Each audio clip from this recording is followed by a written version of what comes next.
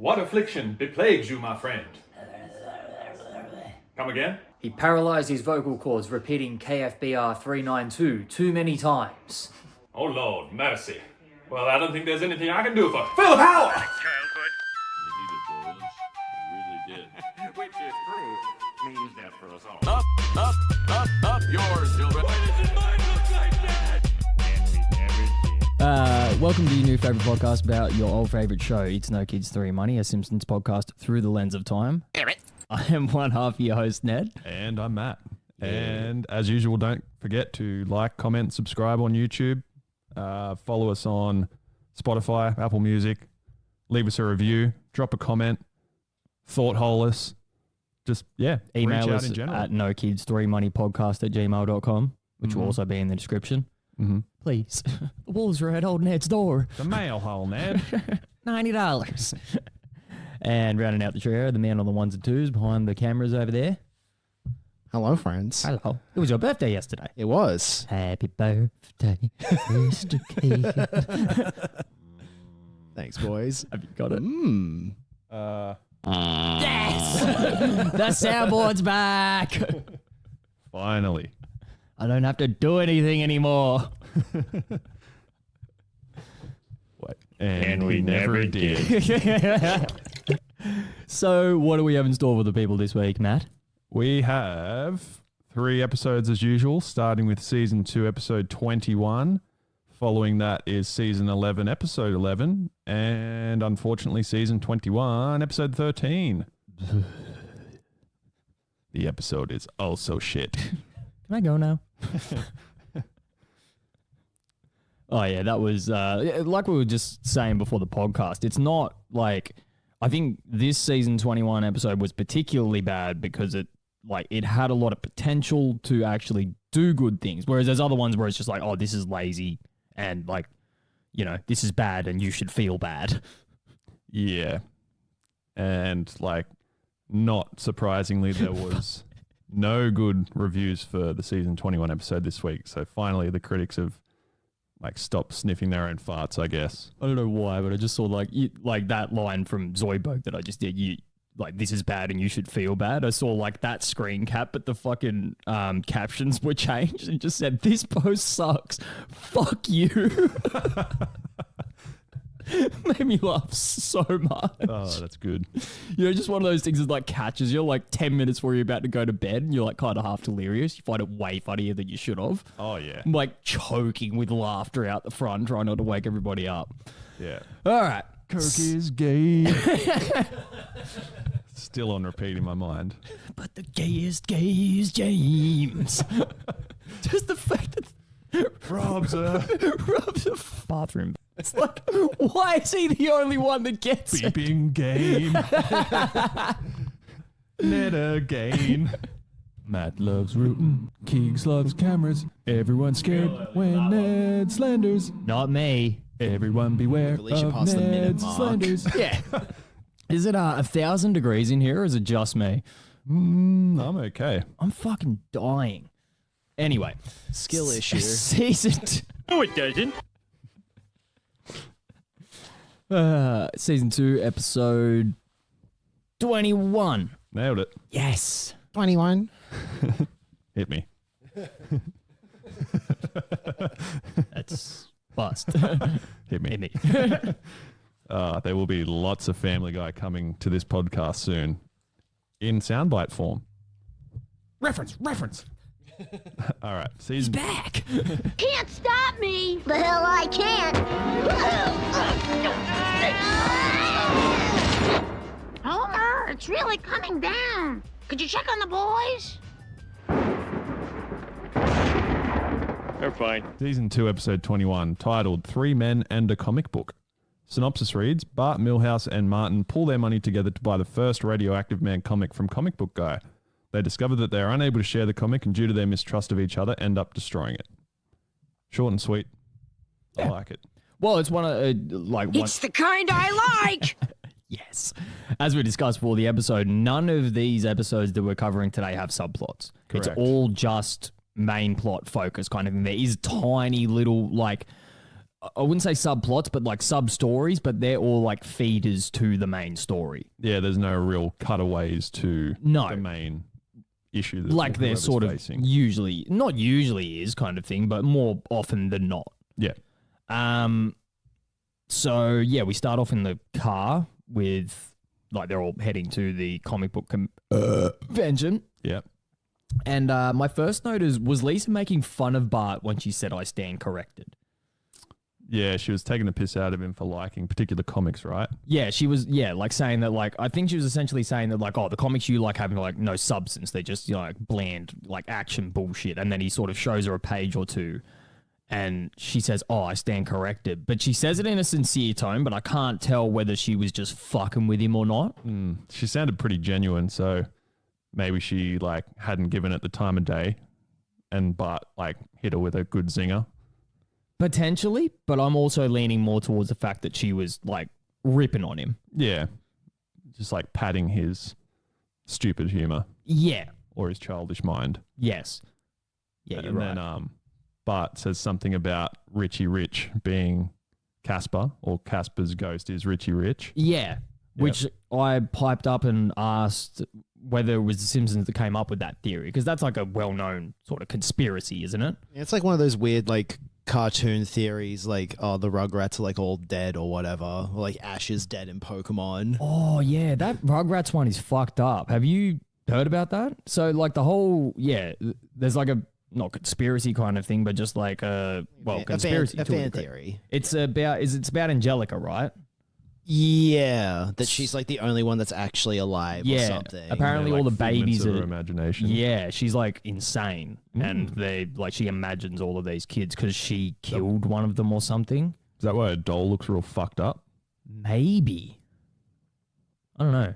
Interesting. We're getting too weird here too early. Reptar is King Cock. And we're back. The first note I have taken was what Quimby said. So he was basically delivering a speech at the comic book convention, which he does in the Star Wars episode as well, with one of our favorite sound bites of all time. Yep. So he must have, like, just obviously being the mayor of the town, has to introduce what the show's all about and shit like that. And it reminded me straight away of the scene of the Radioactive Man movie, and Skinner pronounces over the loudspeaker that they're going to be like casting Radioactive Man. Radiation Man. Yeah, Skinner says Radio Man. Oh, yeah, It's that's right. Radioactive Man. Stupid. Funny, I shouldn't have been able to hear that. And then, this time Quimby says Radiation Man. Oh, that's right. I got that. Yeah. Yeah. And then, is it Millhouse that screams out, "It's Radioactive Man, stupid," or he says something like that. Yeah. And then he laughs it off, and then he's like, "Get that kid's address." Yeah. Nobody makes a fool of Diamond Joe Quimby. Yeah, that's right. But you have the line written down in the middle where he's like just given that sort of obviously like pre-written speech. He's like, "And thank you for pumping nearly $300 into the local economy." Nearly 300. Dismally low. Pathetic. Yeah. But he's actually excited about it. It's the most money that town's ever made. Pretty much. So then we get the first introduction to Comic Book Guy. Yeah, we do. Matt Groening based this character off of basically every comic book guy. Must have been in his area or just in America in general that he had run into. I didn't think people like that existed in real life. Until we went to the Pokemon card shop. And that fucking pasty, fat, ginger cunt was just like the most dismissive person I've ever met. And it's like, Matt loves rooting. It's like, you're a fucking virgin, man. Shut up. Yeah, well, Just the way that he spoke, like, it offended me the way that he spoke down to you as a projective customer. Perspective? That's the word. yeah. To give it context, like there was maybe one kid in the store looking at shit, and I walked in and just greeted him as I would any normal human. Just, "Hey man, how are ya?" Good. Just Legit. Nothing. Got nothing from him. But yeah, like, well, Matt and I can probably attest to it. Is like, yeah, people like that absolutely exist. Yeah. they exist and they're fucking obnoxious, bro. They Yeah. suck. Yeah. I can imagine that that's like most of them as well. Like most people that work in those kind of shops. Yeah. Sometimes the people are really great, and then it's just like you get one like obnoxious nerd that like I don't know thinks are better than everybody else because they're into like the hobby first or whatever. Yeah, they just know the lore of every trading card game Oh yeah, ever to be created. So they've got that like holier than thou persona, which is what Comic Book Guy was based off of. Like that's why he's sitting so highly on a stool. He's eating while serving customers. He's just a fat, pathetic loser. Yeah. My note about it though is the fact that he's not. It says Comic Book Guy is kind of a dick, but not completely as yet. It's like he still has like some. I don't know, if you look at him in like later season episodes, he's just a complete fuckwit. Like just speaks down to literally everybody that he encounters for no reason. Whereas he like, there's a line, I can't remember exactly what it is, but Bard says something about, I can't remember exactly what he says, but Comic Book Guy says like, oh, I respect that, or I respect you for that kind of, because you remind me of a younger me. Yeah, I can't remember the context of it. But yeah, he just wasn't like, they were definitely like leaning towards that like kind of elitist, you know, comic book store owner behavior, but not like completely turned to the needle that way yet. He isn't gonna like full gatekeeper. No. yet. Yeah. He did sort of rub it in all three boys' faces when they all tried to offer their particular amount of money for the comic. Like Yeah. Bart had $30 in the beginning, and Martin, when it comes to it, has like $40 or something. And then Milhouse comes in wanting to buy like a baseball card of a guy with big sideburns. Some Jewish baseball player, obviously. I can't remember his name. Yeah, it was a tough one to pronounce. Sounded like Polish. Yeah. There was another good line that we sort of skipped over as well from Quimby's speech about, I think he, what's the word? He analyzes Dick Richter to something else, and that was parodying like Christopher Reeves to Superman. It was something about Dick Richter's like untimely demise. So that wasn't Quimby. That was at the comic book convention, but it was like afterwards, after the interaction with Comic Book Guy. Yep.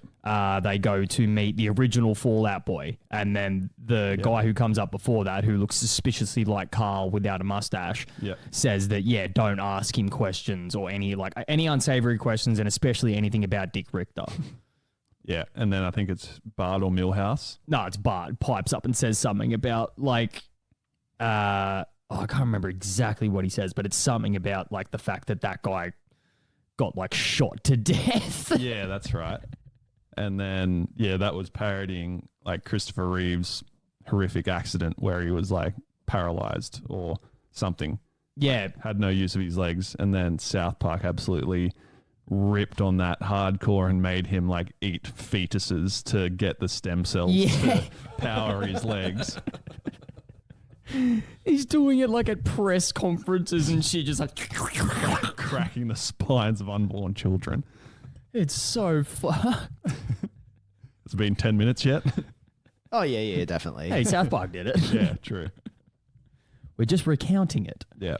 So Bart figures out that he wants this Radioactive Man #1 edition that Comic Book Guy was lording over him, and then tries to like butter up Homer in the car. Yeah. Because Homer says like, oh, we're going to go to Krusty Burger. And Bart's like, oh yeah, what a fucking like great idea, Dad. You're such a fucking stand-up guy. And but Homer sees through it straight away and is like, I love how Homer isn't dumb enough to see through Bart's feigned praise. So like he's pretty easily tricked by a lot of people and even other members of the family, but it's just goes to like... He understands when he's being taken advantage of. Especially by Bart because they're so similar. Yeah. So it's like you can't trick a tricker. Yeah. Kind of thing. Can't trick a never trickster. shit a shitter. Like he just... Lady in blue coming through. He sees a younger him. So he just like, what do you fucking want? Yeah.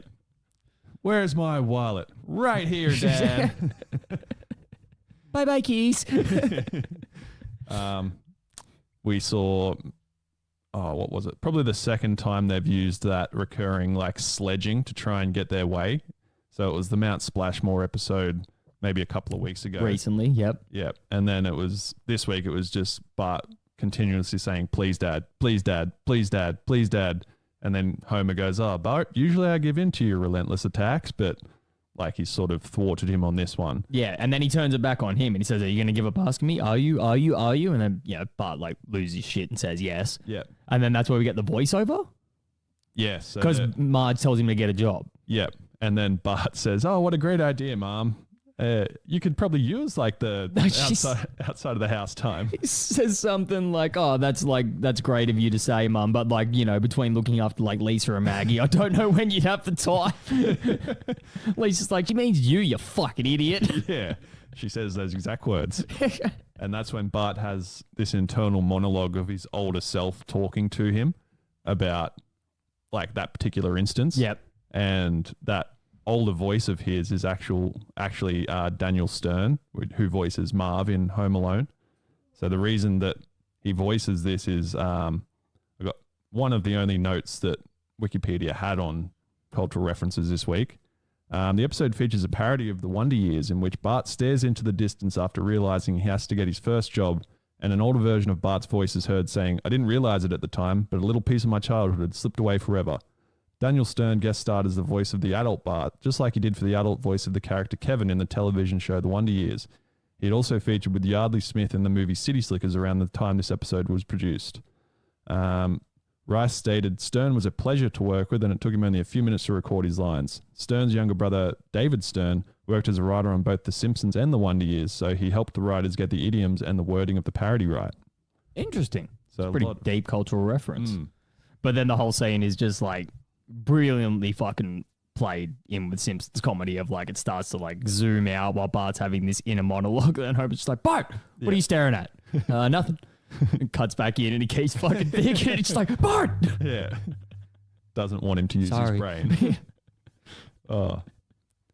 One of the next scenes that I have written down is like Mrs. Glick's first appearance as well. You have the line? I've got the line, yeah. Holy fuck. So I think contextually, who was talking to her about a Marge. video game? That's right. Oh, about like the comic book. Comic books, yes. And Mrs. Glick's like listening to her and she says, oh, was that the one about the Nazi smashers? Which one is it? Nazi smasher? No. Oh. We're both just like, what the fuck? Hang on, didn't Hitler appear last week as well? Yeah. Jesus Christ. There was it was the Whacking Day. Looking at you, Conan. Pretty sure the Whacking Day episode has a iteration of Hitler as well.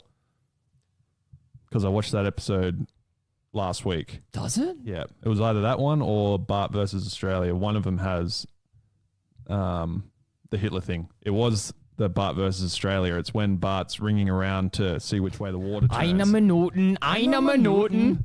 Das dann Nussensphone. Guten Morgen, mein Herr. Mein Führer. Do you think like the Nazi Smashers thing, because it's like a comic centric episode, it could be like related? I don't know if you've ever seen the first issue of Captain America's cover. It's Captain America punching Hitler in the face. That's in the movie as well, isn't it? Yeah. Yeah, But yeah. It's like the actual first issue cover. Wow, okay. Yeah. Jeez. When It was was that? like- That's a reference. Well, the fucking character was like created in World War II as propaganda. That's right. Yeah. Yep. Right. Damn. Interesting. It's the kind I like. I don't have to say the quotes anymore. It's so nice. Yeah. So not a like, I wouldn't call it a segment kind of thing, but it's just like a thing that I wanted to start bringing up because we've started seeing a lot of these things of, just in brackets, like popular memes kind of thing. Yep. There's a lot of like screen caps from the show in the last couple of weeks that have popped up that like have become viral on the internet. Yep. And I've seen this one about 1 billion times as well. So like after, I think it's maybe like the first little montage scene we get of Bart at Mrs. Glick's house doing a couple of chores. And then he goes and looks at the comic book again through the window. Yep. And he says that iconic line of last night I dreamed I held you in my arms. And Yep. that's just a fucking huge meme because people just put, random shit or whatever on the other side of it. I think that was like a perfect rip-off of a line from Gone with the Wind as well. Is it? Yeah. I wouldn't know. I only know because I saw it in cultural references. I didn't write it down because reference. Looks like a reference. We're just gonna have to soundbite you saying that last week. It's so perfect. Oh. That's now coming up in my brain more than some Simpsons quotes. Just reference. It's a reference. Damn, Keegan, ruin my imagination. One of my next parts is a quote, and I'll just give you the context of it. So Bart gets put to work by Mrs. Glick to earn some money to put towards this comic book that he wants to buy. And what is he doing first? He's weeding the back garden. And she's like, oh, do you know which ones are the weeds? All of them. That's right. That's right. And then he's getting to work and getting pricked immediately. And then it sort of pans to Mrs. Glick watching TV inside, and it's like a daytime soap opera, which we've seen Marge and Lisa watch, and it was overly erotic. And then Mrs. Glick is watching, and there sounds like there's a sex scene or something happening, and she says, filthy, but generally arousing. Genuinely arousing. While she's like rocking back and forth in the chair. I like that.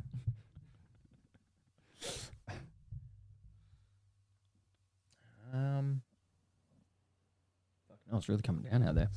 I think there's, like we said, there's no subplots in this episode, so it's kind of hard to like piece apart. But he does that like first little like montage where he's working for her kind of thing, and then gets covered in the iodine. Yeah. So he comes back in just covered in scratches and blood and all that shit. And she says she has like a remedy for that and just gets this like searing iodine and pours it all over him. And it happens twice. The second time there's like a silhouette on the wall of Bart and Mrs. Glick, which is parodying like one of the early Hitchcock movies, because it like pans away and you see the silhouettes and then there's a scream in the background. Oh, okay. Psycho. Yeah. Yeah.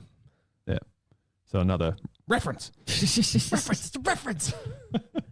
I get it. I get references. I can imagine them. We're going to have an imagination reference this week. I've seen movies. Oh, I'm cultured. Slander. Slip in a slander. Look, Ned, don't let anybody ever tell you that Kung Pao isn't culture. I don't even think I've seen that. What do you mean you haven't fucking seen that movie? Off you go. Bye-bye. So yeah, I think the next scene is like what does happen? My next note is like the boys finally get the comic. So this is when all three of them come into the comic book shop at the same time, as I described just earlier. That's right. Yep. Yeah. And to me, that was very reminiscent of childhood things for us. There was always like the unobtainable thing that you never got or always wanted. And like maybe for me, that would have been the first edition Charizard back in the day, or just having like a card that I really wanted but never had. Yeah. So that was, I think, nostalgic in that aspect. No, there's always that thing when you're a kid and you have fucking limited resources. And like, say if you get something before your friends, they all want to use it as well. Yeah. Therefore, you have to sort of like be a good friend and let them, but at the same time, they might want to take it home and you're like, no, this is mine. Yeah. Which happens with them. Like they all go to walk off at the same time. They're all holding the comic and they're like, oh, yeah, we're in a pickle here. Yeah, need to figure out what the fuck's going on. Then comic book guy comes out and like laughs at him and his voice morphs into a like evil. The evil cackle. Yeah, that kind of thing. Yeah. It's just fucking like great before that because Martin's like arguing. Obviously, he's gone through like shitty chores and hard labor to get the money as well. Yeah. And comic book guy's just refusing to give it to him for $40. And then he's like, and what do you want? He looks at Bart and Bart's like, can I have it 35? Yeah. Just immediately offering him less. Yeah. Kids don't get it. Yeah, then Milhouse comes in and wants the baseball card of that Jewish baseball player, and then Bart convinces them to pull all their money together. Yeah. So then they're up in the treehouse. Yep. Which is like, I don't know. probably one of the first times we've seen like the interior of the treehouse or been like focused on it for a long period of time that I can think of. Oh no, Treehouse of Horror episode 1. Yeah. The whole thing is set inside the treehouse. And Bart the General. They're in the treehouse too. True. Yeah. It's hard to remember all these episodes. It though, is. 'cause Fucking we're cramming. Fucking hundreds of episodes of a show. It's hard to remember when things first pop up. Yeah. We generally like have an idea, but when it's like sort of niche like the treehouse, it can be convoluted in your memory. Yeah. There's been a few times we've like thought something was a first appearance, and then we like upon listening back have talked about it maybe twice before. I think I've tried to bring up the point like at least 7 times. And it's like, this is Quimby's first appearance. And it's like, you're wrong. It's not. Yeah. The scene that starts in the treehouse is all of them trying to come up with like maybe a ground rules to what they're going to do with the comic. So like they're going through what days of the week they're going to have it and why. And then they're like, Martin's coming up with the rules first, and then Bart and Milhouse are all like suspicious on like what he's doing, but it's also fair. And then he's like, all right, well, here's another layer of things that'll make it even more fair. And they're like, still don't trust you. Yeah. And then they finally figure something out, and then Martin goes to leave with it. And they're like, wait a second, like still not adhering to the rules.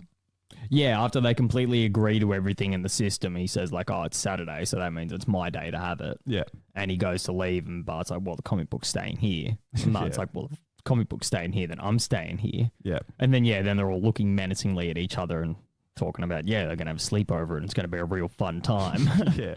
And within maybe a minute, they're all choking each other out. Yeah, it's pretty much like not immediately the next scene. Like they ramp up to it a little bit, but they start like strangling each other pretty much instantly. It's really funny how Martin does it too, because like Bart and Milhouse start choking each other, and like it cuts to Martin and he's standing there for a second, and then his face like contorts and he's like fucking grabs Bart. The aggro comes out. Yeah, it's actually like nice to see. It's like him and like Flanders sort of do have that in common in these earlier seasons. Like I think Martin keeps it a little bit more, but they still do take it away from him to a degree. Like he becomes a little bit more like just takes a lot of shit, as opposed to like in these earlier seasons, he flips out a lot. Yeah. And yeah, you're right with like comparing Flanders and him together, because they do have those two polar opposites in their identity. They're either like overly nice or just aggressive. Yeah, really aggressive and aggressive. They also just end up both becoming punching bag characters later on. Yeah. You know, like they're just like overly nice and just like the butt of everybody else's jokes because they're so nice. I love the reprisal that Martin gets in the Lemon of Troy episode where Nelson is his guardian, essentially. Oh, yeah. Spring forth, burly protector, and save me. Nothing for a little bit. Nelson emerges from behind the tree. I don't usually hang out with him. Here's to the tale of Nelson, a boy we love so dear. We'll remain the best of friends for years and years and years. Just a big air swing. Oh, so good. It's funny that you bring that up, because I have something for the thought hole with that episode later. Perfect. So yeah, they get they're choking each other, and then Marge comes up and completely like blows it off and is just like, hey, I got like microwave s'mores and milk for you guys to enjoy. And they're all like fucking like gasping for air, like, thanks, Mom. Yeah. They sit down and eat, and then it cuts to that. It must be a movie reference, because it's like sort of, I feel like it's a movie reference. It's too direct not to be. The like camera's in the middle of them. And and that swinging camera angle kind of thing. Yeah. Whether it's a movie reference or whether it's just a cinematic effect, I'm not really sure. It's probably a reference to something. It's probably like a reference to like the Deer Hunter or something like that. It's like the Russian roulette scene from that movie. Yeah. Okay. I haven't even seen that movie, so don't feel too bad. Right. I won't. And we never did. I don't care. Keegan. I put it there. So I think that's when they decided to tie Martin up. Yeah. Yeah. So I don't know how they come to that conclusion. Oh, because he's going to the bathroom. That's right. He's about to like, Wakes up in the middle of the night. Wakes up in the middle of the night to go to the bathroom, and he says like, I'm just going to the bathroom, Barton. But fuck, every week. Every week. There's the beep sound. Yep. I love it. Dynamic. I love it, Ned.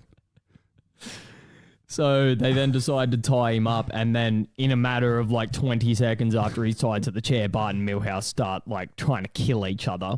Yeah. And the like, storm outside has just gotten significantly worse. Cuts inside to Homer. Marge is like, Homer, can you check on the boys? It's like one lightning flash and then another bigger one that actually strikes the tree. hits the tree. And he's just like, they're fine. Doesn't look at them at all. Doesn't even fucking glance. Yeah. So then the wind catches the comic book, and simultaneously Bart sort of like throws Milhouse out the door of the treehouse and then grabs him. And then he's stuck in this inner conflict of like, I can reach the comic book, but what does he say to Milhouse? He's like, the rain's probably softened the ground up. It's only about 4 stories. Yeah. And Milhouse is like, you know, terrified because obviously he doesn't want to fall from a fucking tree. He says like, I didn't even want the comic book. I just wanted the Sideburns guy. The sideburns guy.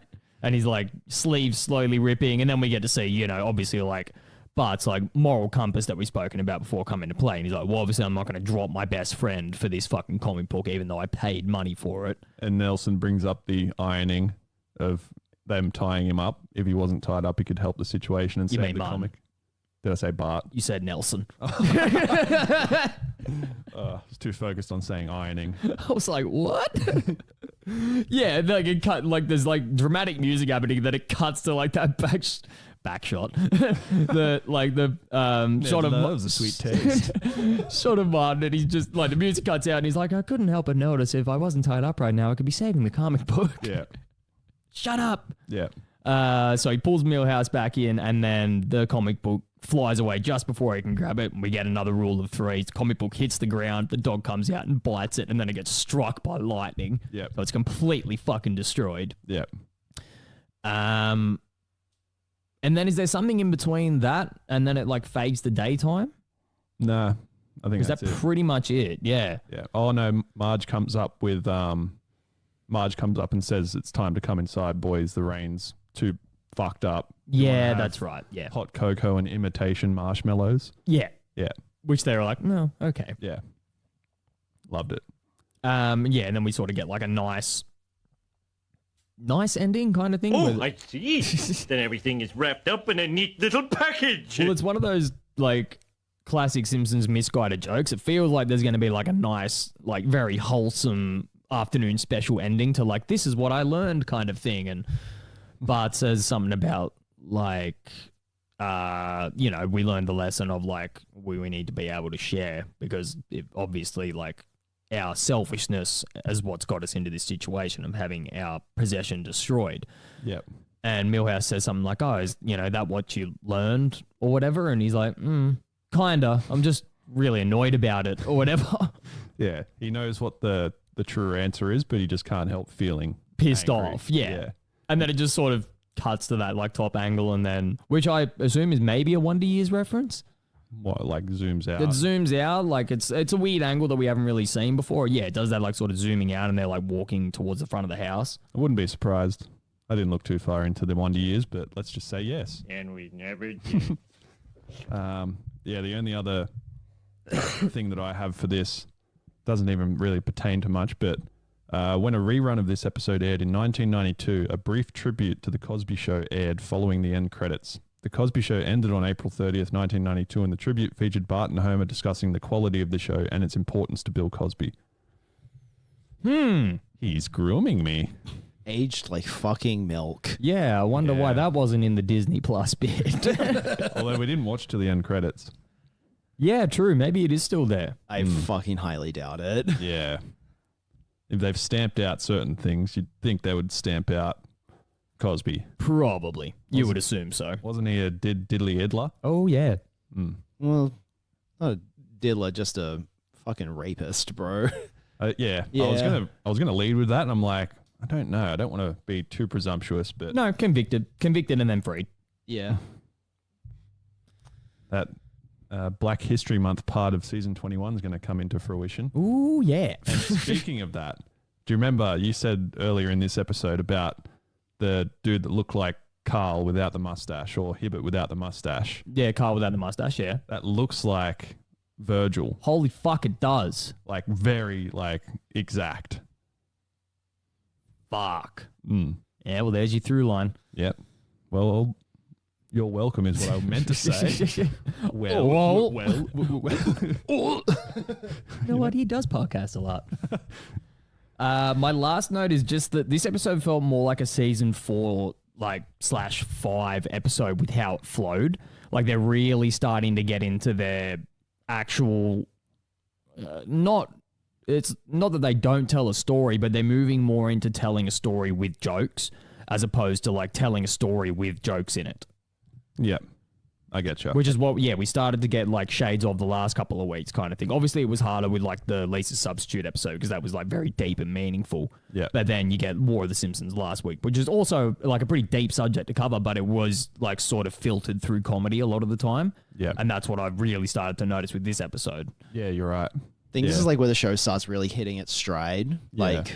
stylistically. Oh, 100%. Like next week's episode is pretty good. And then obviously we start season 3 after that when it's just fucking like this is when Hit we're- after hit after hit. That's it. There Like, isn't a single shit episode. No. from like season 3 to at least like deep season 8, maybe season 9 kind of thing. Technically, like They the just knock it start out of the park. The podcast is going to be great for the next few years. Yeah, 100%. And that was always the way that I thought about the concept. It was just this big fucking Yeah. like, arc of like it's going to start like sort of as it started and then turn great, then that's going to be like great, turn to shit, and this is going to be shit and go to absolute fucking whatever Yeah. it is at the end. I reckon it'll stay good until at least season 14 or 15. So we're going to be like well and truly in the middle of the golden era before we start going downhill after the first episode we cover, Yes. which is great. Yeah. I like that. At least it goes Gaga isn't until like season 18 or 17. I can't remember, but it's not for a minute. Yeah. So that's like going to pinpoint the second our heart rips in half. Yeah. Watch this, viewers. Oh, nothing gets chocolate out. See? Lubchenko must return to game. Oh, your playing days are over, my friend. But you can always fall back on your degree in communications. Oh, dear Lord. I know. It's funny, Major. Lubchenko learned nothing. Nothing. Right, do your thing. Season 11, episode 11. Yep. Yes. Don't have the button I wanted. These seasons go to 11. But these seasons and episodes go to 11. Titled Face Off. Synopsis reads, Bart believes he has the power to heal. Is it? What? You said face off. I said Faith Off. Did you? Yeah. I typhoned it. I swear he said face off. What did I say, listeners? Drop it in the comments. Or the email. Do comments. Comments. Looks like a comment. Looks like I like it. Subscribe. You didn't comment the first time. I bet you think you're going to do it the other 1,000 times. But like most podcast listeners, they're just jerks. Faith Off. Synopsis reads, Bart believes he has the power to heal others through faith after removing a bucket glued to Homer's head. However, when Bart knocks Milhouse's glasses off in order to cure his myopia, Milhouse is nearly run over by a truck. Nearly Not nearly. is that he thinks is a dog as he cannot see without his glasses. Consequently, Bart, feeling guilty, ends his career as a faith healer. Meanwhile, Homer creates a homecoming game float for Springfield University.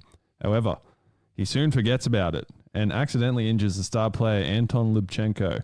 After getting in trouble with Fat Tony, Homer is saved when Lubchenko sacrifices his leg to win the game. The leg is surgically reattached by Dr. Hibbert. No, it isn't. Is it? Who is relieved at the end of Bart's healing career. It's not shown that it's healed, but No. Hibbert says that the people that have the leg are just going to drink booze out of it and then give it back to him the next day. Yeah, and then he'll just surgically reattach it. And then they said, is it possible? And he said, with the help of my little healer friend here. And then Bart doesn't want anything to do with it. And Hibbert says, well, more money for me. And then it cuts to black. Yeah. Yeah. So you don't actually see it get surgically reattached. So Boy, I really hope somebody got fired for that blunder. finally, Oh, man. I've missed that so much. it's back in sound form. My first note is a sign gag. So they're entering Springfield University. You see it on a nice big banner and then a little plaque underneath. If you can read this, you're accepted. Yeah.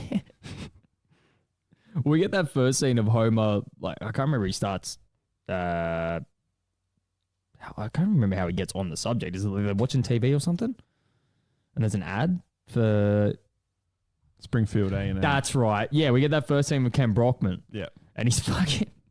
Every second word is fever. Yeah. And he's just losing his fucking shit. Sorry, Kent. Which is a Woody Allen ripoff. Yeah. Says something about he lost his thesaurus.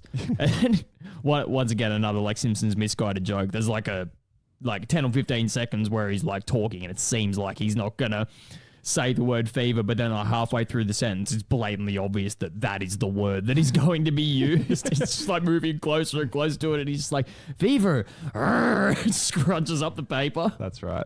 Then Homer, gets excited about the fact that there's going to be the football game and says something about, hate those like smarmy Springfield U like cunts or whatever it is. And then Lisa's like, you went to Springfield U, you hate A&M. And it's just like, so much.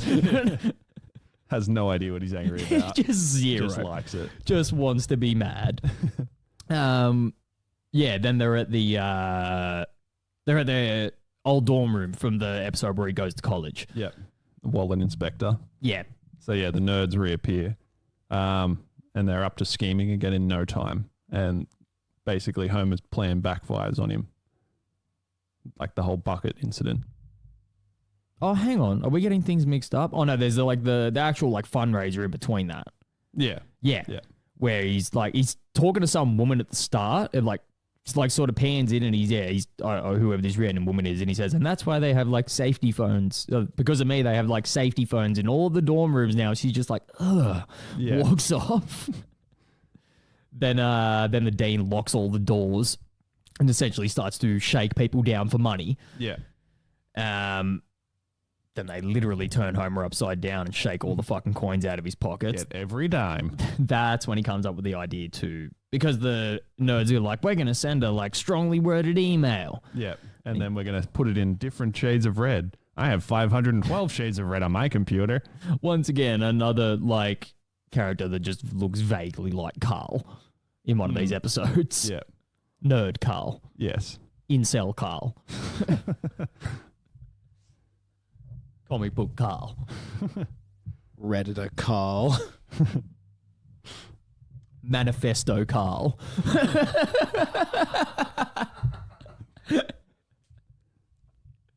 I don't get these references. You know what a manifesto is? Yeah. Yeah. Okay then. I don't care. Isn't it what, like someone that's about to kill people writes? Yeah, essentially you're about to go on a mass murdering spree. Like I'm sure Ned has like 3 drafted somewhere. Oh yeah. These people are gay. Also gay. But the gayest is about to pay. All right. So he tries to go and play a prank on the dean, and it turns out that another, not sorority, fraternity, that's the word, has already done the exact same thing that he was planning to do. Yeah. He opens the door to put the super glue on top of it and then gets the bucket of super glue on his head. Yep. Does he go straight to Dr. Hibbert? Yeah, the dean walks out of the open door and Homer says something like, lousy dean, I'll show him, and tries to like run at him and headbutt him, but headbutts a statue. That's right. Then it cuts to Dr. Hibbert's office and he says something about he's more glue than man. Does it immediately cut straight from there to Bart just drilling into the bucket? I think so, yeah. It goes straight back to home. And my note for this section is driving through the eye holes, Bart cuts in the bucket. So yeah, Bart's got like a power drill. It's like, little more. And then you hear like too much. Too far. Just not even reacting to a drill blatantly embedded in his fucking... Well, actually, no. If you go by the, like, any x-ray that you've ever seen of Homer's head, he has a particularly, like, small brain. So it's missed every Maybe it organ. wouldn't have got anything important. Just mush. The old Crayola oblongata. So yeah, then he's driving through the eye holes. Marge is like, maybe you should let me drive. He's like, I'm fine. And it cuts to his vision. It's just completely fucking obscured. Like groups of people into a cornfield, into a ditch. And then as they get out of the car, that's when Bart spots the I can't remember what you would call it. It's like a black Christian group. Well, it looks like a traveling circus at the start of it. But then... Which also comes into fruition in the season 21 episode. It does, yeah. Yep. Or like some form of like traveling fair, obviously. Yeah. And then it's, got like a church sermon happening. Yep. With Brother Faith. Brother Faith. Which, who voiced him? Don Cheadle. Ah, that's right. Yeah. He did a very, very good job. I couldn't, I knew the voice, but I was just like, who the fuck is this? He has like a more gravelly, aggressive tone to it than his regular speaking voice. I wouldn't have picked it unless I saw who it was. I mean, yeah, definitely back in the day. His voice sounds more like that now. Yeah. Kind of. True. Like, naturally, his voice actually does have that, deeper, sort of more gravelly tone. Yeah. So it's... Not that store-bought kind of gravel. That stuff's still good for me. So Bart sort of enters the tent first, and I assume the family follow him because they're sitting in the audience at some point. But Brother Faith is going around, demonstrating his healing factors. So who comes up first? It's Cletus. Cletus, he says, my elbow... My elbow bone done something. pointed in the opposite direction. Yeah. And then he's like, Brother Faith is talking real calmly. He's like, and take that, Satan! And grabs his arm and just rips it forward and pushes his forehead at the same time. Just fucks him up completely. Rips his arm back in and out of the socket simultaneously. Then he goes over to Krusty and he's Sideshow Mel says he used too many K sounds in a punchline and paralyzed his vocal cord. So once again, he starts speaking calmly to him and stuff like that. Then he grabs him by the throat. He's Devil be gone! Devil be gone! He says, feel the power. That's right. That's why I've got that written down. Yeah. He says, feel the power and just grabs him by the fucking throat. Throttles him. It's fucking great. And then is there one more person? That's when Bart comes up. So Homer stands up. Yeah. Yeah. Yeah. And Brother Face tries to pull I said Brother Face that time. Tries to pull the bucket off his head and can't do it. And then he's like, I need an audience member to heal this poor man. He says something about you feel trapped and alone. And then Homer's like, yeah, and I have a bucket on my head. That's right. And then he's panning through the crowd and goes to Lisa and she's like, She doesn't believe in any of the... Doesn't give a fuck. Yeah. And goes, how about this golden-haired little boy? Because I think she might already be a Buddhist at this point in time. Probably, yeah. Maybe. I'm not sure. Maybe that happens definitely later. Questions. Somebody email us and tell. Right. That's when Bart gets up and Brother Faith's holding him up, sort of in The Lion King. Mufasa does with Simba. Okay. I didn't catch that reference. I don't think it was. You mean, that's just how it looked. Rafiki. Hold Simba up? Yes. Yeah, true. Not Mufasa. Because lions don't have hands. Dead. Dead. The one fucking movie reference you know. Fuck. I'm just digging myself a deeper hole here, aren't I? Come on up and testify. So yeah, Brother Faith tries to instill faith into Bart. What are you looking at? That Testify song is also vaguely musically similar to The Lion King. one of the first songs in The Lion King. One where he's singing about how he's going to be a king. What's the name of it? I just can't wait to be that king. One. Vaguely musically similar. Okay. We'll get Nick to tell us about that. Yeah. Coming up with the jingle to... Matt loves rootin', Keegs loves cameras, everyone's scared when Ned slanders. Apparently that's musically impossible to Between do. 7 albums. He's in a new band every week. True. Yeah, so he pulls the bucket off of Homer's head and then it cuts the backstage and Brother Faith is holding snakes for some reason. Says that they did really well and then puts them back in a cage. That's probably the first instance we haven't seen cobras either. They were rattlesnakes. Ah, yeah. Actually, yeah, now that you think about it.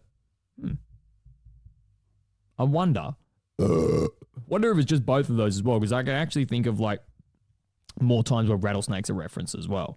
There's been a season 21 episode a couple of weeks ago with the snake in the piano. That was a rattlesnake.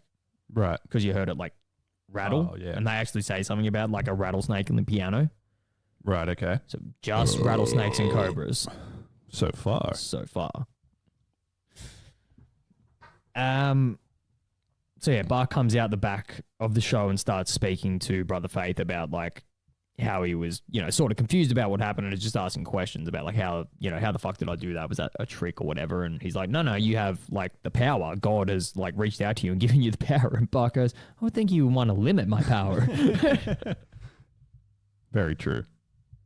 My next note that I've taken down is when Lisa comes up to Homer at the dining table, I think, and he's trying to come up with a homecoming float to build. And he says, That's right. I can't come up with an idea for my homecoming float. You do it for me. What do you got so far? Aloha, Mo. It's just a flip book of Mo hula dancing. I think the next scene that I can recall, it just cuts outside to sort of like a wire frame around a car. God. This is one of my favorite lines of all time. Oh, man, it was good. You can deliver it.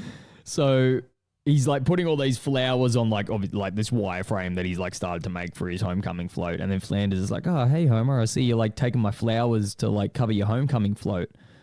And Homer's like, yeah, like just sort of blowing it off kind of thing. And you have to pick all of them? he's like, yeah. And Flanders is like, did you have to salt the earth so nothing would ever grow again? He's like, yeah.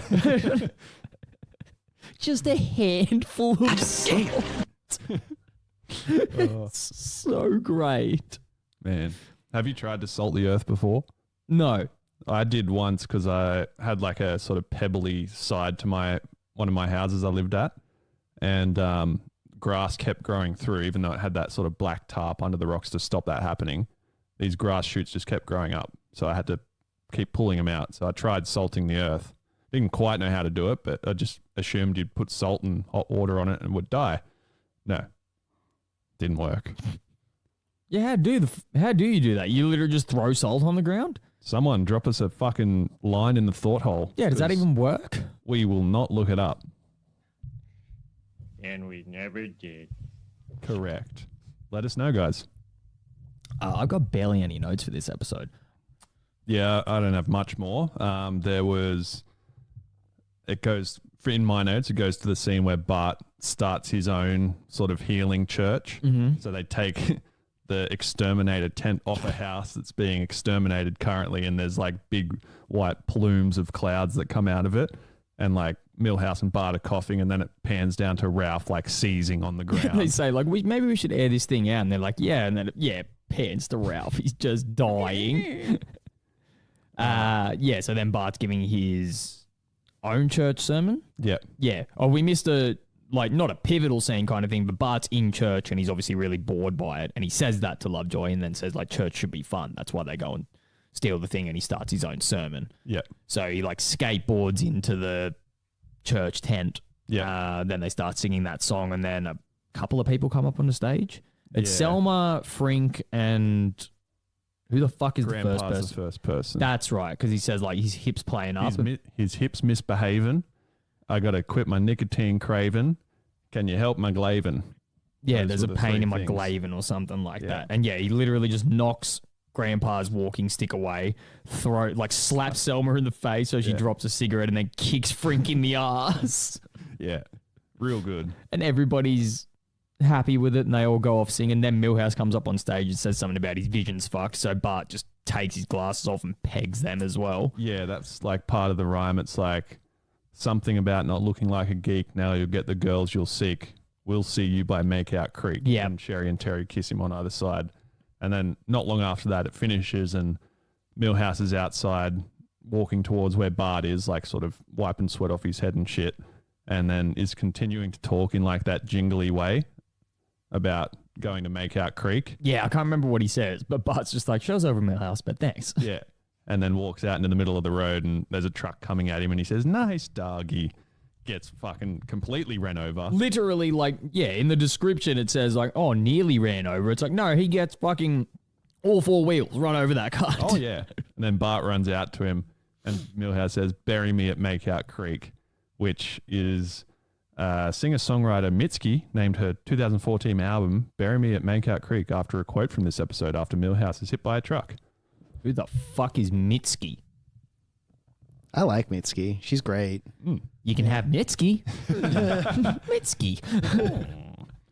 I did like look at her hyperlink very quickly, and she's like our age, mid-30s. Okay, makes sense. Yeah. So like popular hyper pop, like bedroom pop, folky sort of. It's the kind I like. I don't know what any of those words mean. Mr. Simpson, no! Actually. What the fuck is hyperpop? Okay. And we know. Kinda. I'm older than you and you're an old man. I don't care. No. Boomer. I'll bring it up now because What time did you say we were podcasting? At 4? 4:30. 4:30. Okay, thank you. I'll bring this up now because it pertains specifically to my birthday, but because we all have a roughly similar-ish birthday, I can play it now, and it also comes up in the start of season 3, which we will cover. But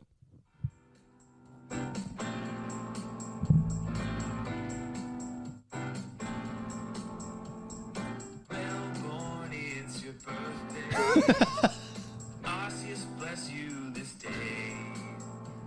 You gave me the gift of a TSO, and I'm proud of you today. Well born, it's your birthday. What is happening? Birthday, well born. Well born, it's your birthday. Happy birthday, Matt Champ. This was not Michael Jackson. I mean, we'll play it again in the Michael Jackson episode, but I just thought it was too cool not to Who share. the fuck was that? That was my friend Anton at work. What? So, as you can tell, he can play music. Oh, that's the Can you music play teacher? piano? Well, I couldn't before. Yes, that is the music teacher. Ah, okay. So he's given us one of our first thought hole comments Right. that I asked him. And then, unsolicitedly sent me that for my birthday. Right. Very, very nice. That's Good so job. Cool. Yeah. Thanks. Just did not expect that to happen. So we've finally got some fan content because I know he is a listener of the show as well. Yeah. And he did well enough with that music as well that we probably won't get copyrighted for that. Yeah. It was a good job. Yeah. Nice one, Well, Anton. you can cover things and not get copyrighted for it, surely. It's a cover. You can't. Yeah, but if he did it musically exactly the same, the way that YouTube would pick it up would be like, this is ours. It's like, no, it's not. It's fucking, There were some discrepancies. I made this. Yeah. Well, it's also like one of those things like Disney wants to distance themselves from the episode that they really want to copyright it. Like, really? Yeah, that's Yeah. true. I think Like Disney. you've deleted the episode. You pretend like it doesn't exist anymore. Like, why would you try and claim that? Now Yeah. it's ours. Good point. It will be affectionately known from now on as the No Kids 3 Money Lost episode. Did I mention that it's a lost episode? Yeah, you did. Well, actually, you did. Yeah. Yeah. There is a good sea captain part coming up. The only other couple of notes I have is there was a real good visual of when Milhouse is in the hospital not long after he gets hit by the car in the arm cast. And he's saying to Bart that the cast is really itchy and he tried to scratch his arm with a fork, but there was food on the fork and now it's like brought ants in. There's a trail of ants just going into his cast. I can just imagine how unbearable that would feel. Have you ever had a cast? No, I've never broken a It's the bone. worst. Yeah. Like, it is the most unbearable fucking, like, I remember you had a leg cast, didn't you? For Yeah. your ankle. yep. Then you broke my wrist. Oh, that's right. That was backyard footy. Yep. I remember you had a ruler and you were shoving it down your cast. Yep. It's all coming back to me. I remember we nearly got in a fight because I was wearing my necklace when we were playing backyard footy, and you like grabbed it and it snapped, and then we like nearly punched on. At the front of your house or your neighbour's house? No, it was at your place. Oh, I don't remember that. With Chaz Wazza there. Don't remember. Yeah, because he came out and got really annoyed. It sounds like him. He does do that.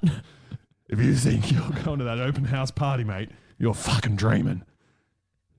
We're 16 years old. Thanks, Dad. Repressed memories. Oppressed memories. I've only got one more note for the episode, and it's Lenny staring blankly is amazing. And I can't even remember what it's in context to anymore. It was Homer, Lenny, and Carl sitting at the bar earlier in the episode, and like Homer had the Springfield U or Springfield A&M like sweater on, and Lenny and Carl had the opposite. That's right. And then Homer was saying how much he hates their like bovine or like country university. And then Lenny says something about, just because our mascot was a cow.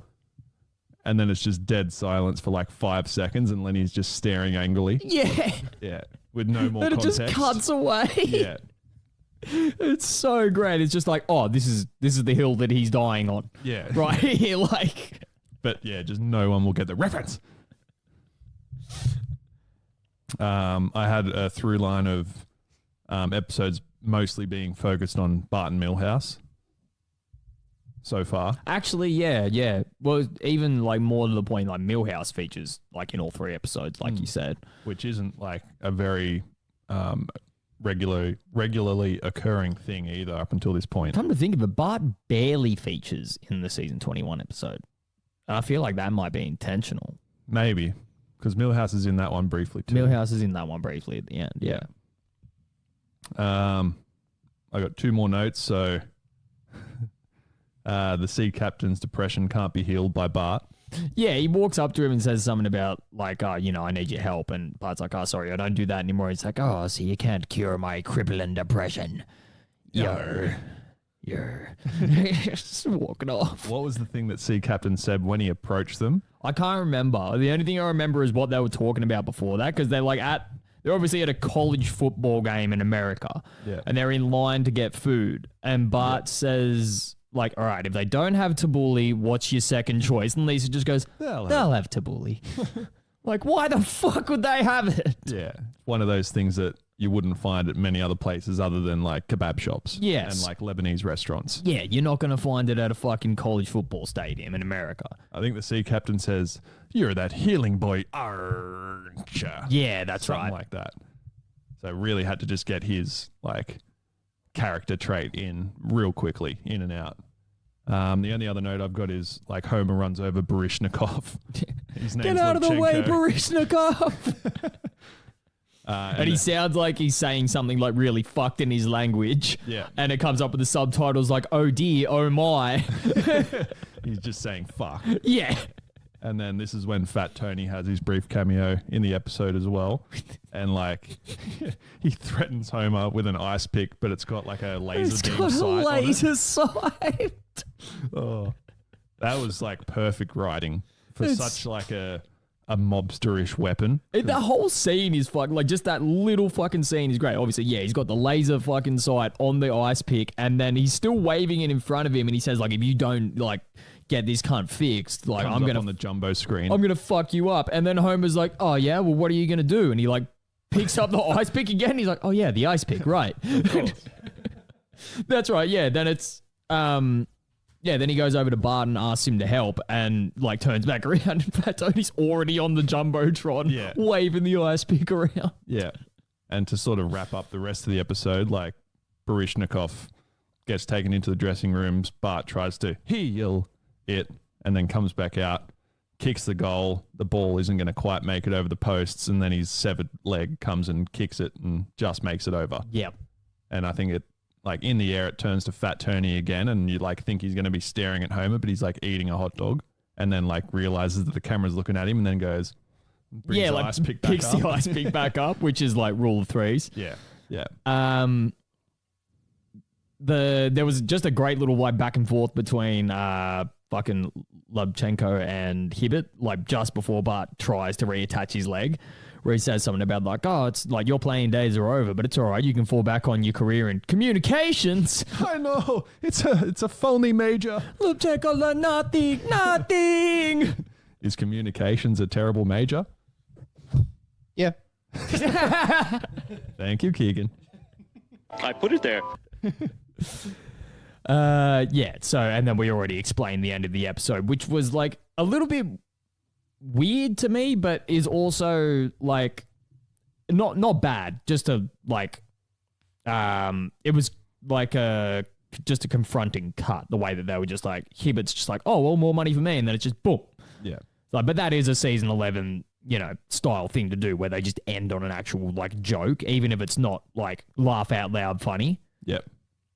As opposed to, what we get fucking later on. Have you got any other thoughts for the episode or? Nah. All right. You got some thought hole stuff? Yeah, I do actually. It's pertaining to me. A thought hole. It's the kind I I like. can't remember how we got on the subject, but I was talking to Mum the other day about like just how I don't like my first name. And that I've never actually met anybody with my first name in real life. But then it triggered a memory of way back in like year 7 or 8 or something like that. There was a American, like a whole class of American kids that were like over here, not doing an exchange program with like our school, but just like I think over here for like some form of exchange program with a bunch of schools. Right. And we went on an excursion with them to like Campbelltown. That's fucking rough. To the Performing Arts Center or to the museum or some shit like that. It was like a whole some day. I can't remember exactly what it was. We saw a bunch of music and stuff. Well, Anyway, bunch of stabbings as well. I got assume. paired with this one kid whose name was Oliver. Right. Okay. Yeah. And it sort of clicked to me the other day, and then the first thing that pops into my head, which is funny because you brought up the Lemon of Troy episode earlier, is this is what happens when doves cry. Oliver, but that's my name. Okay, that's nice. Yeah. I wonder what museums you went to. There is like a cool. I put that under the heading "When Simpsons But Real."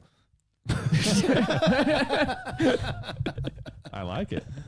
Wonder if those kids ever made it home. Probably not. They're probably long dead. Oh yeah. So yeah, if you have like any answers to the questions that we asked in like last week's episode, which is what's like the long running sort of question we have for this is if there's a quote that comes up in your daily life that you sort of always pops into your head about The Simpsons. Yeah. Or, any situation like that I just spoke about. When Simpsons But Real. Yeah. You can comment on YouTube or write into us at nokids3moneypodcast@gmail.com. It'll be in the description. Yeah. There's also like if you had to choose one Simpsons quote to explain how your life is going right now, what would it be? That one as well. Yes. And I think we were going to try another thing of like leave us any question and we'll answer it with a Simpsons quote. Okay, that's a good one too. Yeah. Yeah. So like if you've got like a dead dad floating around or something that you like really want to get off your chest, like just reach out. Like even if you've done it before, reach out again, I guess. This poor cunt. He knew what he was signing up for. Yeah, that's right. The internet's for everybody. And we never did. So that's why I'm so cool. That's why my jazz is so smooth. And that's why I earn less than my white co-workers. Grandpa, why'd you try to keep us from finding this out? Well, it's hard to explain this to a young person, but people of my generation are, Racist. that's it. Season 21, episode 11? 13, right. No one really gives a shit, so Yeah, we definitely fucking don't. The Raiders didn't fucking give a shit either. No. evidently. Okay. This episode is titled The Color Yellow. Synopsis reads, Lisa discovers a diarrhea of a Simpson ancestor named Eliza who meets a slave named Virgil. She tries to help him escape and are met by a patrol, but the diarrhea disintegrates before Lisa can finish eating it. At the library, Lisa learns that they escaped to the Simpson house where Virgil impresses Eliza's father, which makes Lisa think Eliza was a diarrhea. When Lisa presents the diarrhea at school, Milhouse disputes the story. He reads from a journal of his ancestor who witnessed Eliza's father being bribed to return to Virgil, and Eliza did not stop him from diarrheaing. Later, Grandpa tells a saddened Lisa that Eliza's mother, Bogtrotter, and Virgil had secretly escaped to Canada together. They get married, and the Simpsons family is actually descended from Virgil and the Bog Monster. Dramatization. That may not have been said. That is not what I was expecting, but that was great. I don't know. It livens up the synopsis a little bit. Say diarrhea a lot. Look, at least there's actual punchlines in there and like every fucking joke written in this episode. It's fucking painful. As we bro. like touched on before we got started today, it was like every joke that they had lined up just didn't eventuate to anything. Yeah. It's all set up and no punchline. Yeah. Like they just like try to set a joke up and then they just like stop. Towards the end of the episode, there was maybe one or two things that we like snickered at, I suppose, because we weren't expecting it. You're not because allowed to call them that. At Loves Luton, Kings loves cameras. Everyone's scared when Ned slanders. Not me. Everyone beware of Ned's slanders. I knew that was coming. As soon as I said it. Got away with that one. I really made sure my pronunciation was perfect for it too, so that there was like no possibility of you doing that. You just Here saw we my eyes light up. I could actually pinpoint the second your brain split in half. The first thing I have written down from this episode, I don't know when it came into fruition, but I think it was when Lisa goes into the like attic of the house trying to look for like journals and stuff like that of her descendants. Yeah, what the Oh, no, fuck of her even? ancestors, What even rather. spurs her on to do that? Like a class project. Yeah, for Black History Month. Yeah. That's right. Yeah. So she starts, trying to look through her ancestors, and she finds. No, I can't remember. She doesn't find anything at start, does she? Or she goes to the. It's one of the last things she finds because it's like covered in dust. But before that, she sort of walks through the attic and it pans through like a bunch of old Simpsons things, like an "I Didn't Do It" shirt, a portrait of Ringo Starr, a couple of other like Mr. Plow, Mr. Plow. Funzo. So yeah, a lot of really, really cool things that they referenced. Reference. They look like references. Relating to the references. It's a reference. So we got to live vicariously the reference, which was nice to see. And then there was a Buzz Cola poster, and it said, "Now with the curative power of cocaine." Okay. A funny use of the word power as well. Yeah. But judging off of the Faith Off episode that we just covered. Interesting. And that was maybe one of the only things I'd written down. My next thing was, so there's like a cut scene where it goes sort of back in time to what their descendants were looking like. And We're sort of going back and forth throughout the entirety of the episode of like, telling this story of like Lisa. It's essentially just Lisa, Homer, and Marge. Bart doesn't feature in this like flashback sequence whatsoever that Yeah, I can no. recall. I literally don't recall him having a line in the episode. The only time I can think of it is when like Lisa was trying to get into the attic and she sort of can't. He pull doesn't the- say anything. Yeah, he actually doesn't say anything in that scene. The only line He has, says something when he walks up to her. He says like, "What are you doing?" or something like that. yeah. And she's like, obviously, like, I'm trying to get into the attic. think And then the he o- does that dumbass fucking sequence where he like stretches and does a couple of star jumps and then like just pulls a leg down. I think like the only actual line he has in the episode is at the end where he's like, "Oh, I'm 1/64th black. That's why I'm so cool." Yeah. That's right. Yeah. But apart from that, he's like, literally one line at the start, one line at the end, and then he's not featured in any of those flashbacks. From what I can recall. No, he's not in any of the Yeah. flashbacks. Doesn't surprise me overly. I think there's only one character that features in every episode of The Simpsons, and it's Homer. So there's Right. definitely like times where Bart doesn't get the spotlight. Yeah, it makes sense. And like I said, maybe it was like, if we're going by the whole like no kids, 3 money concept of, they're looking back 10 years into these episodes. They probably figured that like the last 2 decades kind of thing, or like those decade apart, like they would look at it, are both Bart-centric episodes. Yeah. And it's like, as you just touched on, the No Kids 3 money effect is in full swing in this week for sure. Like, as I just said, Funzo appeared in the attic, which was last week's episode for us. And then also, like, the slave Virgil, which was like a descendant of the Simpsons, looks eerily like the black guy that was shown in the season 2 episode in that the looks like comic Carl. convention. Yeah. Sort of looks like Carl and maybe Dr. Hibbert's kid, I suppose. Kinda, yeah. Yeah.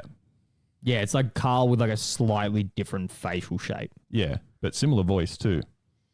Yeah, very similar. Yeah, the scene that I have written down just relates to like something I'm interested in real life. So the quote was Homer saying, "What's for Mac dinner?" loves rooting. You said interested in real life. Oh, right. Okay, I'm following you now. They say, "What's for dinner?" Possum. Can we have old possum? So there's like a Pokemon YouTuber that basically angry reacts to absolutely everything. Okay, I was like, how the fuck does this relate to real life? Yeah. So his name's Opossum Bud, and basically every like thing that comes up in the Pokemon community that's like stupid. Is he an Australian guy? No, Okay. American. There is another guy called OKJ Love who I also like follow and watch along with. Sort of along the same lines? He's Gets mad at things? nah, not so much. He's very like well spoken and like delivers the message across in a well-rounded way. Like he even made the news the other week for like Channel 9 interviewed him on like the craze in Pokemon currently. Oh. And he also likes The Simpsons because like he's referenced it a few times in his stories, and I've like replied to him saying, I've seen what you've done there, essentially, and like had a nice bro moment of appreciating The Simpsons together. Cool. Yeah. But yeah, what was the original point that you were going with? Just that it links to my real life interests. Right. Like the opossum being mentioned. Okay. Yeah. You gotta fucking work with something. This episode Really clutching at straws here. Yeah, yeah. the it's episode fucking- is bad. Like I said, I've got 2 notes actually, and one of them is just one of the quotes from the end of the episode, and then one of them is like halfway through. Yeah. Well, like, I feel like if we don't have many notes, we just won't bother discussing much of this episode because it really doesn't deserve much spotlight at all. So, No. like, contextually throughout the episode. Oh, you're about to fucking like hit me with another one of those like bullshit. All the critics think this is great. Hey. No, not this week. So, Really? Like, when I went in to look at the information on the episode, it said it got mixed to negative reviews. So, like, Interesting. they've finally, like, and there was no, like, instances of what people had said in their reviews. It just wasn't said at all. It just said There's no IGN review giving it like a 9 or something. Yeah, no, not this week. I'm sure they'll be back next week. But IGN's 10 most important Simpsons episodes. yeah, Fuckwits. like I get like the premise of the episode is great. Like Black history is very important, and they, I guess, portrayed it in a good way. And like they found out in their ancestry that they had black ancestors, which they touch on in the end, where they say they're 1/64th black, and then Grandpa has some like semi-racist remarks that he wants to say. He says, people in my generation are, what's the word? Lisa's like, racist. That's the one. Yeah, correct. I don't know if like older generations, like 60 plus, know that they're being very racist constantly, but That's one of those They things. are. It's just they're a product of their fucking upbringing. you can change that. You can, I but understand they people, don't wanna. like, not knowing any better, but in this day and age, everyone knows better. Yeah, they just refuse to. Yeah, and like fair enough if you're riffing and having a joke amongst friends, but like shit like that just shouldn't come out in public, or like that view is so fucked, essentially. Yeah, Very it's archaic. small-minded. Yeah. So yeah, the episode in itself delivers a good message, but it's just like not anything The Simpsons really needed to touch on. Like, why relate anything to real world events when you're a cartoon used for people escaping reality, essentially, and just wanting to laugh? I don't know. I feel like they still have some form of like misplaced like duty. Because if you're looking around, like if you're the Simpsons and you're looking around you kind of thing, as we've spoken about before, all the other like Family Guy, fucking even Futurama kind of thing, like is a little bit more risque in its like content. And then at the same point in time, it's like that is such like a different situation from like they still do sort of cover like real world topics, not real world topics, or to a degree. Less I don't know, the Simpsons are a bit more like political kind of thing. So you could say like to not stray too far away from like the actual like writing concepts and like how it's, you know, all animated and planned out and the restrictions that they work within, to compare the Simpsons and Futurama. Futurama does cover some real world concepts, but it covers more personal real world concepts. Like you've got the whole overarching story of like Fry and Leela kind of thing, and like having this like character that some people can relate to of like, you know, being in love with a woman and not really being able to get her attention. Yeah. Or like there is just a couple of other things. Like even the episode where Farnsworth is lying about his age and he like makes the clone of himself because he like doesn't want to live vicariously through his son kind of thing, but feels like he needs to leave his like mark on the universe. Yeah. For lack of a better explanation. Whereas, yeah, you like then sort of flip that over to The Simpsons and they do cover a lot of the first episode in season 3. Miss Elisa Goes to Washington is literally like, Disney Plus first episode of season 3. Yeah. The whole episode is essentially based around like government corruption and people being paid off to like win competitions or like to, you know, like backdoor deals and stuff like that. Shady cunts meeting at fucking statues and handing over briefcases full of money. So backdoor, you say? Mod, eh? So yeah, The Simpsons Dead next week, eh? So they've always been more political, so maybe they feel like there was just like and then to like branch out and make the point that I was going to make originally, everything around them, like American Dad, Family Guy, even like stuff like Rick and Morty didn't exist at that point in time, but maybe some like precursors to that existed to a degree. Like Aquitaine, maybe? Yes, that would be a good, because like they're just like, that's completely fucking like, they just say whatever the fuck they want on that show kind of thing. There's no show point. is like dumb. And then you look it's like lowest common denominator kind of funny. Yes. I fucking love Aquitaine. And like Aquitaine's same as fucking great. South Park and stuff like that. South Park had also like obviously been running alongside The Simpsons most of this time, and it's kind of hard to categorize it within all of this other stuff. But yeah, if you look at everything that was outside of it, they probably felt some form of duty to their like long-running fan base that it's like, we need to cover these bigger topics, because even though they might get tackled to some degree in these other shows, they make way more of a joke out of it because of the nature of their content. Yeah. Not to say that like Family Guy, American Dad and all that kind of stuff doesn't cover some big topics, but they do take way more liberties with how they do it, because of like, you know, they've got an MA15 rating, really. So they can, like, you can say the word fuck, it changes the whole landscape. It's raining sideways. You have an umbrella? It's gonna rain. Thanks, Ali. Had one. Where is it? 2 miles. Inside out, 2 miles away. You want anything? Bring me some soup. God, jogging. Very different representations. My next note was just garbage. Pure garbage. It's trash can. Pure trash. My only other note is when they're driving over the Canadian border. So this is like towards the end of the episode where Marge and Virgil have basically run away from the ancestor Homer character. And I just thought of Hyman. Yeah, Hyman or whatever it is. So they're going over the border for some French fries and gravy, sir. Super Troopers reference. All right. Canada, huh? Almost made it. Like how the episode tells its story as well is so like all over the place. Like it starts with like the Lisa Stand-in character Eliza, like trying to free Virgil because he's a slave or whatever, and then just like completely drops her.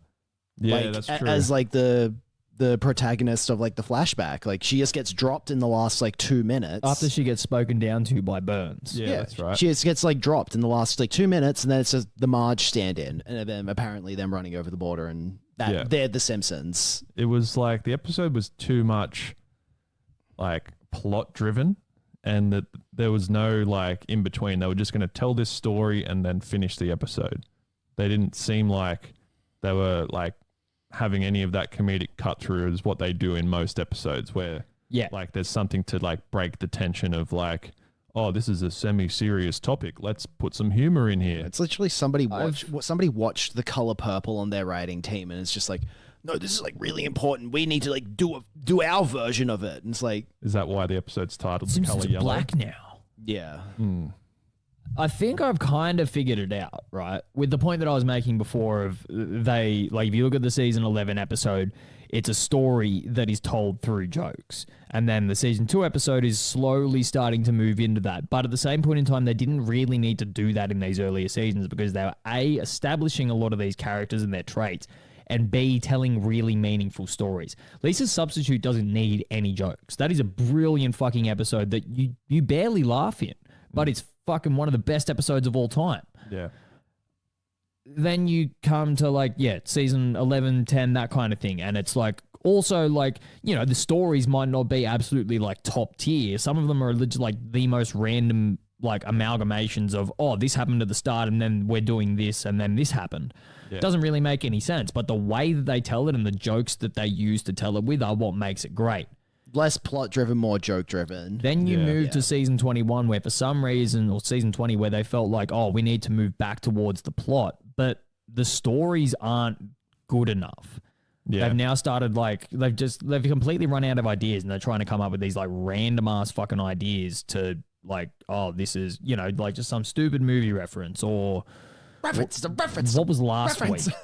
Last week was bad too. What was that? That was the curling episode. Yeah, exactly. Like, oh, Homer and Marge are now on a curling team. Which got like so much praise and knob slobber. My point is, if you took that concept and it was written in like season 9, would probably be a great episode because of the way that it might have been delivered. Yeah, it comes down to the team of people that are at the table when a script gets brought in. That's kind of my point. It's not to say that like the stories that are in season 21 are any like worse or better than the ones that are in like maybe like the very late single digits and then obviously like double digits throughout up until the point that we're up to. But it's just the difference in the way that the story is actually delivered. Like today could have been a good episode, but there was so many points where they just, like Keegan said when he walked in and we were still watching the episode, said that there's just punchlines, there's setups with no punchlines. Yeah. For most of the episode. Yeah. And then we get that little flicker of like... one funny joke, like right at the end. Yeah. Like too little, too late. Yeah, because what does Homer say as well? Homer makes a good joke that we also chuckled at. He says something about like, that's why I own less than my white co-workers. Yeah, he was explaining about being 1/64th black. Yes. And like how that's affected him. Mm-hmm. Yeah. And that was it. Pretty much. It stinks. Yeah, there's fuck all else to say on that we haven't already said. It was another bad season 21 offering. Yeah. Sorry. I didn't do it. Yeah, it's not our fault. All right. You can find this podcast on Apple, Spotify, and YouTube.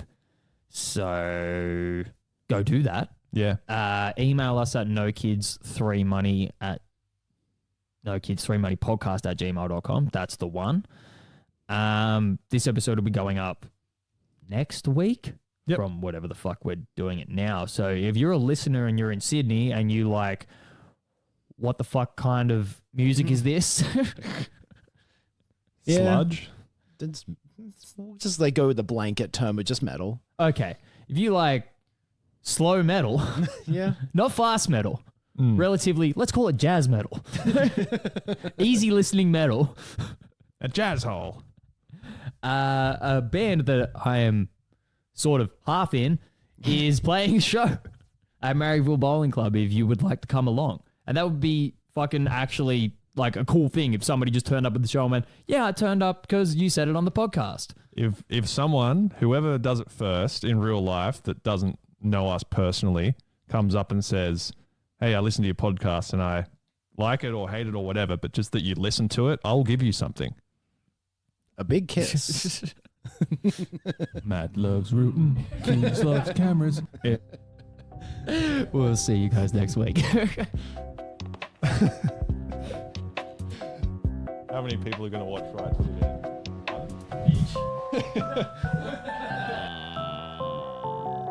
You're not mad at me, are you? So we asked ourselves, who's behind the badge? Police? Cops? Police cops. Yeah. Well, see, the thing about that is...